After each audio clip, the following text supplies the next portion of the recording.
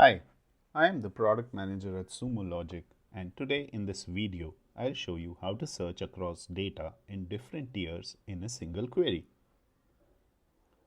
I am using a scenario where partitions are already created and you can see it in the environment. I have partitioned the data such that I'm storing error and warning logs in the continuous tier, info logs in frequent tier, and debug logs in infrequent tier. When troubleshooting for errors and warnings, I can search across the data stored in continuous tier easily. But when I am RCAing the behavior during a particular time frame, I would like to search across all the logs to stitch the entire story. Without cross-tier search, I have to search for logs of interest during the time duration from the continuous tier to get all the error and warning related logs. Subsequently, I need to run another search to obtain logs of interest for the same time duration from frequent tier to get the info logs, and then another search to obtain debug logs from infrequent tier, and finally collate these results. Now I will show you how it works with cross-tier search functionality when it is enabled through the _data tier modifier.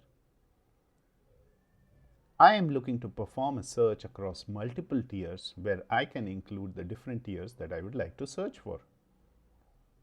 For example, here I want to search across data in the continuous tier and infrequent tier. So I click New Log Search and enter a query starting with _data tier modifier. And here you go, it returned the search results.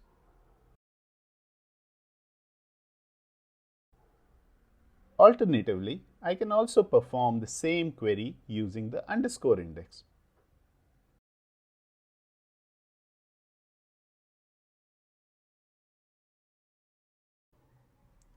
From here, I can view the estimated and actual scan data for infrequent data tier queries. When I enter a query that runs against the infrequent tier, Sumo Logic estimates and displays the amount of data in the infrequent tier that will be scanned in order to return the search results.